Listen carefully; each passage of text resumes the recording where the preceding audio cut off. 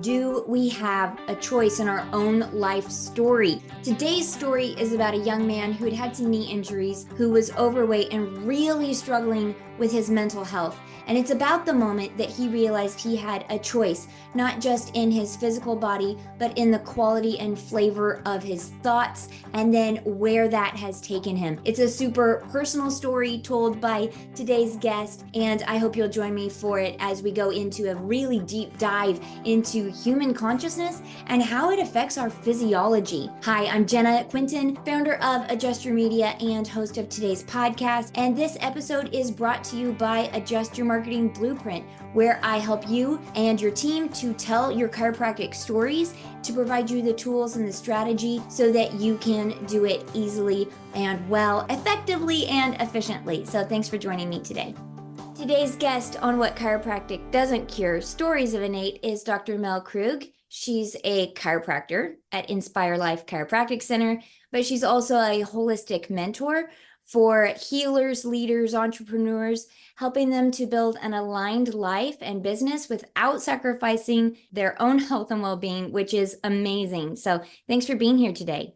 Thanks for having me. I'm super excited to be here. Yes, well, I'm excited because we met in Denver at Mile High, and one of the things that you said that touched me was Innate does no damage to the vessel it occupies. And that hit me for personal reasons, but I wanted to talk about that with chiropractic and stories of how chiropractic is helping people, but really how their body is healing itself. So tell us a story. Well, I would say this story I'm about to share with you and your audience is probably the most powerful one, simply because it's near and dear to my heart. And Jenny, you may have heard it briefly when I spoke in Denver. And I won't give away who it is until the end, but this gentleman, when he was younger, probably in his teenage years, was really struggling with mental, emotional well-being, super depressed, very, what he would say, very overweight. He got to a point in his life where he was almost 400 pounds. And from the outside,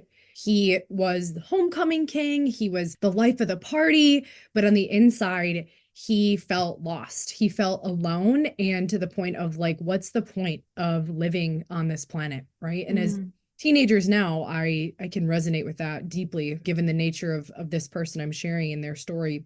And one day he struggled with a ACL injury in his knee. Or not ACL, rather, something to do, I'm not going to use the big term, but basically osteochondritis dissecans is something that kids can deal with and their femur doesn't fully form. And it's a pretty painful experience. And so he went from feeling like, okay, at least I have football, at least I have sports, to bedridden for many, many weeks to many months. And turns out when he got multiple surgeries, they didn't actually fully heal.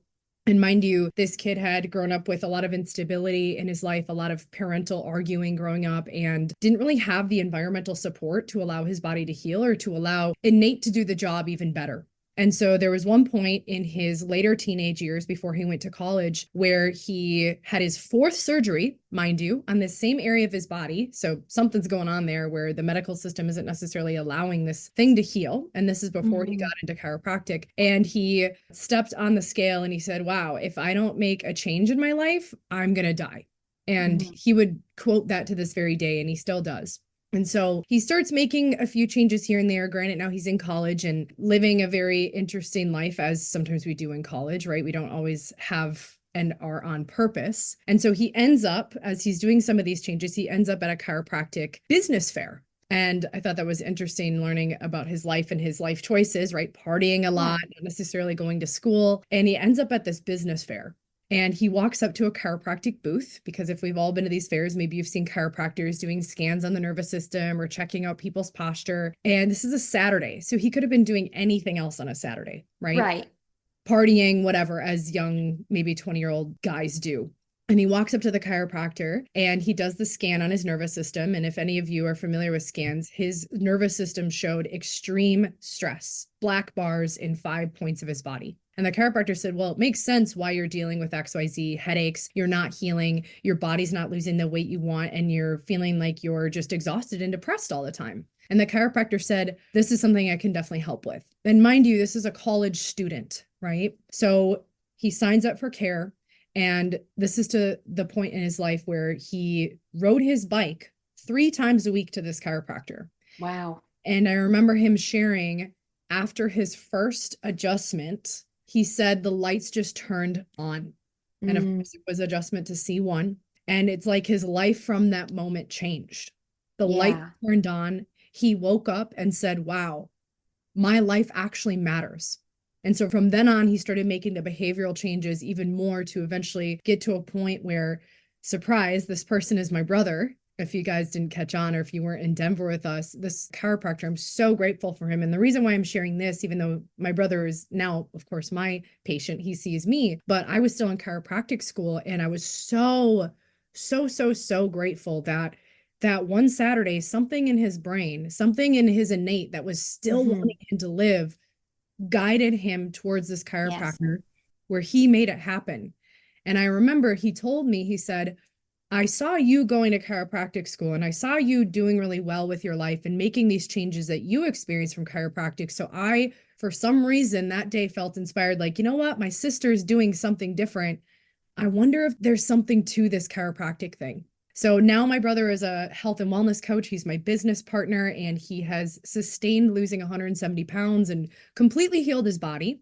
These Yeah. doctors told him he would never run again, he would never play sports again, and he would just have to deal with this. And now my brother is like probably one of the fittest people I know. He walks, he hikes, he runs, he lifts weights, and he's an inspiration to me. Like I know I've been an inspiration to him, but he's such an inspiration to me. And I think back to this story because for some reason that one day something within him spoke to say, go check out this business fair, go to this chiropractor's booth and get the lights turned on. And I guarantee you, if he wouldn't have shown up to that chiropractor that day, I honestly don't know if he would be here. And it's getting that innate intelligence turned on to get him to reclaim his life.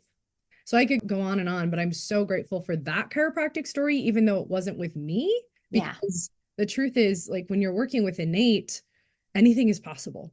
Yeah. And you said so many things that people resonate with, like the lights turned on. That's such a simple, clear, layperson way to explain it because that's how it feels. And for people to understand that, it's kind of like after you've had a fever and you wake up and the fever's broken and you're like, oh goodness, I feel so much better. Or Yes. like that feeling of when you've been running and it's hot and you drink water and you're like, oh, it's so good. And that feeling, like you said, of coming alive.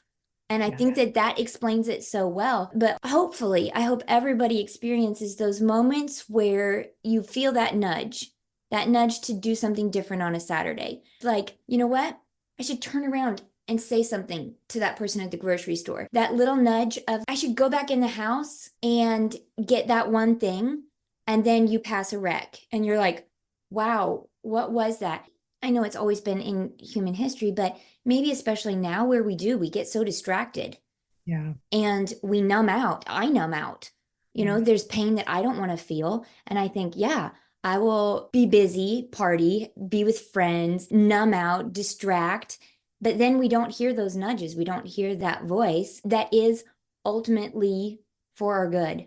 Yeah. I think you mentioned something, Jenna, that I want to really highlight. And it's that you started our conversation with that, where innate is always working in our favor. Innate does no harm to the vessel in which it's contained, right? That's the construct of forces if you get really into the principles of chiropractic. And that to me are those little whispers. Like Mm, you could be, you know, at your wits' end and feeling depressed like my brother and just feeling like, what is the point in life? And yet still the body wants to heal, yet still innate intelligence is working for you.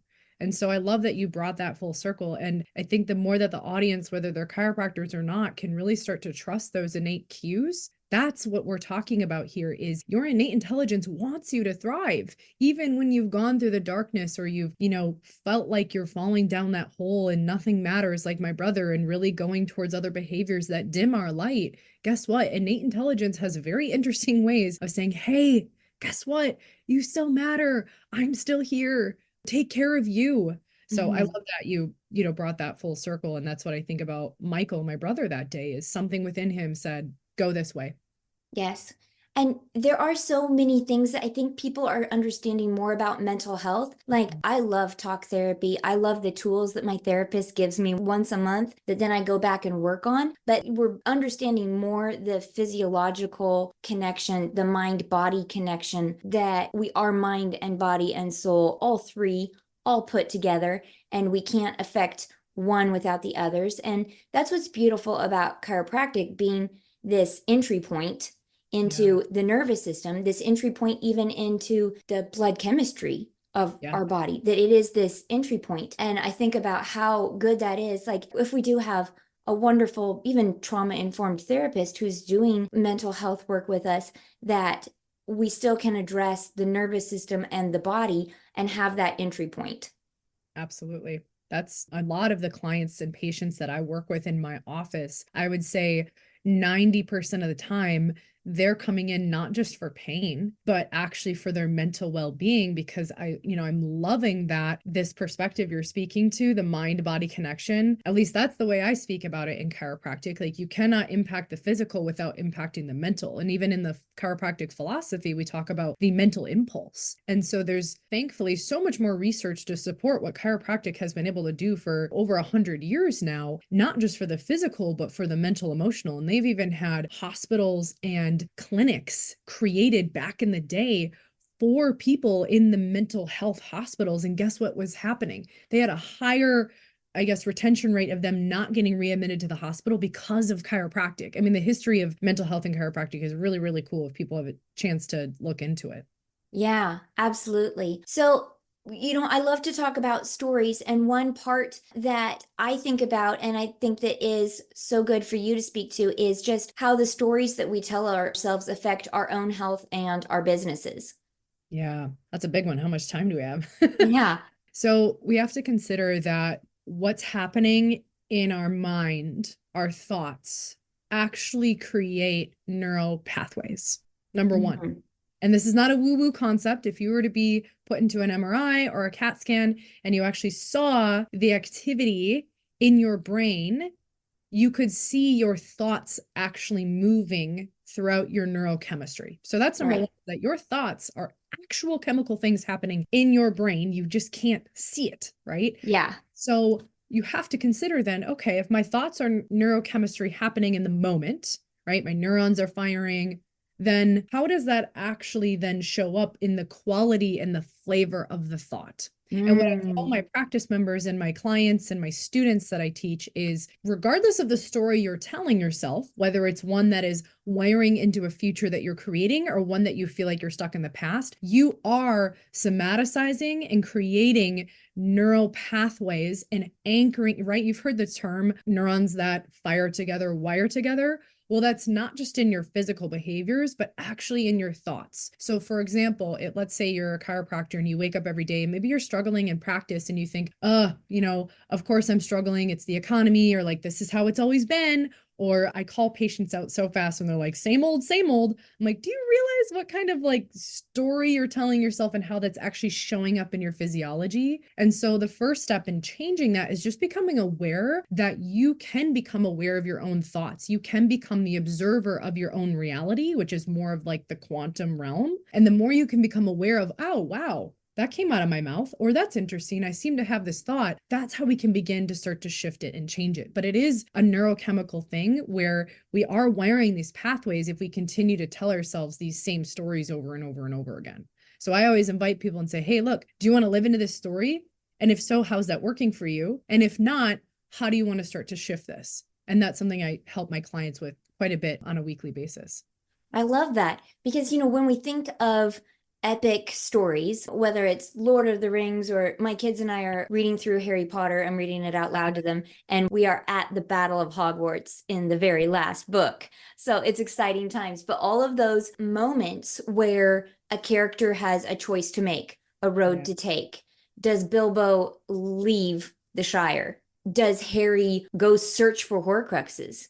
If they had just said, same old, Bilbo stays in the Shire, Yep. what happens?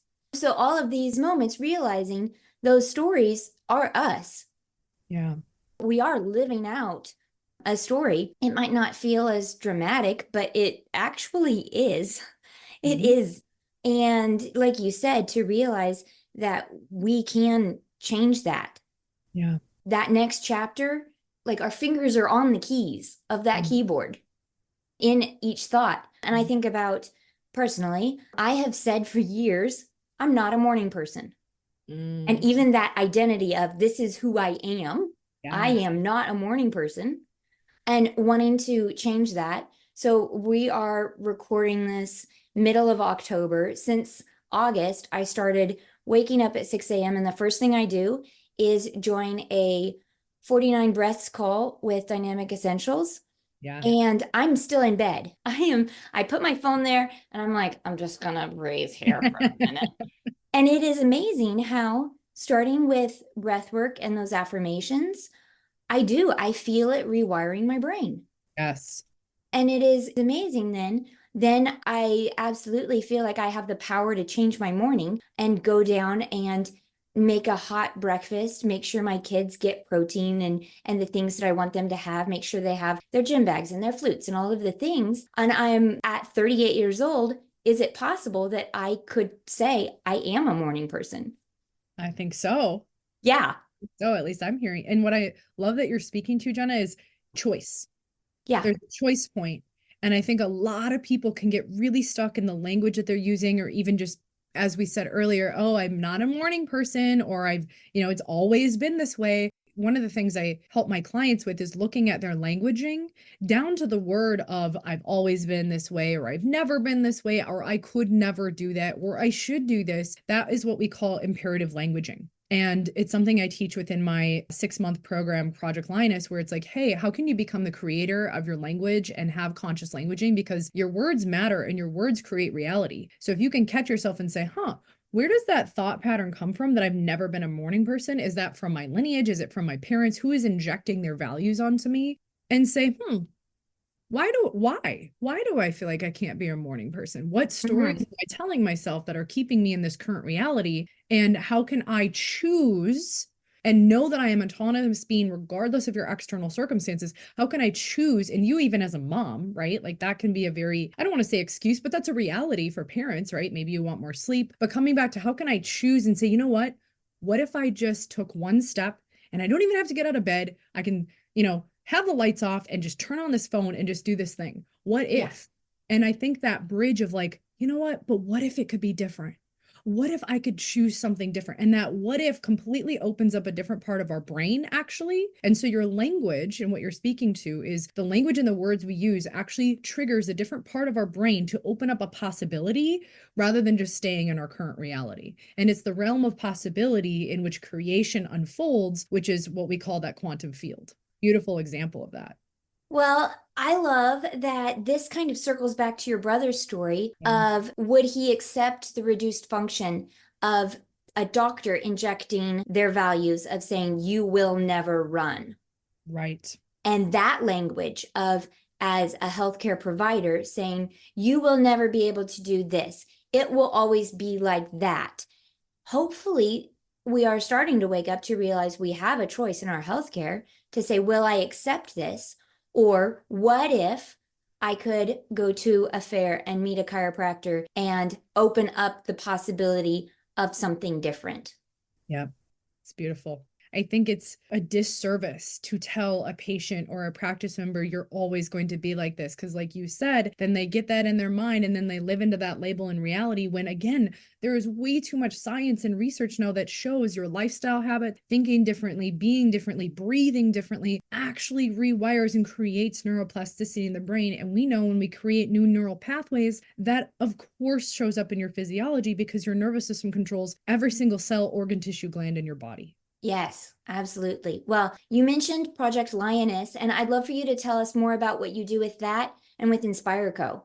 Yeah. So Project Lioness Cohort is my 6-month signature program where I guide healers, leaders, and entrepreneurs through helping them transform fear and survival instincts and these stories of baggage we've told ourselves and helping them recalibrate it to more confidence and courage and clarity and certainty in all 7 areas of life. And so we walk through this journey together. And I like to say it's not your average program. It's not just me as a talking head on Zoom, but it's really an embodied and empowered experience where we start with the foundations of, hey, if you're someone who cares for people, or you're a leader in your family or in your team or your community, you've got to have an embodied, balanced nervous system in order to take those actions, change your thoughts, change your behaviors. So we start with the foundations and the principles of healing, of embodiment, of nervous system, of what it looks like to turn your trauma to triumph. And I really designed it one for myself. It's kind of funny how we do those things. We create these things for our own curriculum because it's the thing we saw in the world that we never had. And so we create it, right? And I like to think of it as this entire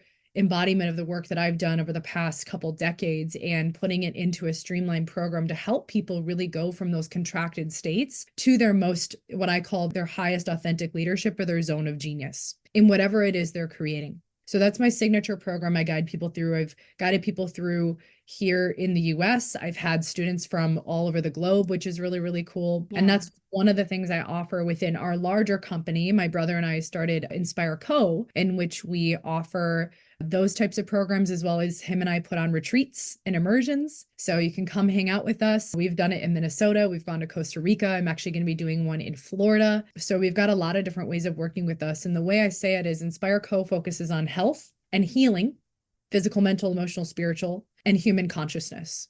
Those are our 3 sectors of life that we really like to support people who come into our vortex. Well, wonderful. That sounds like something that is really timely. And I really love that you even put this image of a lioness with it, because that's just really powerful. And I think that there's those images of nature that we just really connect with on a deep level. Yeah, I chose the lioness because from an energetic standpoint, for some reason, I've always liked lions and lionesses, and something about when I did a deep dive in studying lionesses, they are one of the only creatures or bigger mammals, predatory mammals, that actually hunt together. So rather than like jaguars or other big animals, they often hunt alone. Lionesses really work collaboratively. And that energy alone really inspired me, because how often do we go on these self-development or personal healing and it feels so isolated? And I said, you know what? Community is often the missing element. And what if we could tackle our challenges and digest them and metabolize them and alchemize them together in community and work collaboratively? And something with big cats too, big cat animals, predators, is they know when to hunt, they know when to turn it on, they know when to work, and they also simultaneously know when to rest, when to nurture their young, when to be more feminine. And so that's what Project Lioness really is at the core, is how do we start to balance these masculine and feminine energies where you're not burning out, you're not destroying your well-being, you know when to be inspired and take action and be on, and you also know when to rest and be with your kids and relax and not actually have guilt and shame for that. Because that's one thing I've seen with entrepreneurial high capacity women is they're navigating all and juggling all these parts, but then guess what? They're burnt out. They can't be present for their family. They lack intimacy and all those things. So anyway, I could go on and on, but I'm glad you mentioned that, Jenna, because lioness, it's not just an animal, it's totally an energetic thing. Well, and that really speaks to me because, like you said, the masculine and feminine energy, I do feel that, where the push and pull and then the rest aspect. This morning, for example, I had a call at 8:30. I should have been like, okay, I've got to get ready. I've got to do this call. The kids go to the bus at 7, about 7:30. And so my husband was going to take them because I had a call at 8:30 and all of this and that. And kind of last minute, I was like, hey, open up the van. And I climbed in the back seat with my 6-year-old. And he was that total cat energy of just, he grabbed my arm and he cuddled with me for the 10 minutes we were in the car. Yeah. And I haven't done that before. Yeah. If I go with them to the bus stop, I'm usually in the front and, talking with my husband and, what is today going to be like and all of those things. But just for that moment, and if we could crystallize that for each woman of knowing when do you need to go get ready and get centered and be ready for your call, and when do you need to just climb in the back seat and cuddle for just 10 minutes. Yes, that's it. And it's learning how to discern those primitive instincts that we have, even though we're such evolved human beings and we have prefrontal cortexes and we run businesses. Guess what? you still have a brainstem and you still have an autonomic nervous system and you still have animal instincts and you still have nurturing instincts. So I love, and that's a beautiful example of like you trusted your instinct to mother, knowing that guess what? You mothering in that moment probably actually allowed you to then show up on these calls even more embodied and relaxed because you gave yourself that couple minutes of connecting with your young. Yeah, now I'm gonna cry. So I have a gift in helping people cry, Jenna. So I love that you get that healing and that reflection back of like you get to own that because being a mother is a top identity to you. And when we're in those top identities, that is our zone of genius, right? And we think we need to like do all these things. And really it's like coming back to who we really are, remember who you are, which I know is cheesy, but in The Lion King, right? It's like, remember who you are, yeah. which is a really core element in Project Lioness. And I know it's cheesy, but it's true, right? It's true. Hey, I love cheese. So we that is Love it. excellent. Excellent.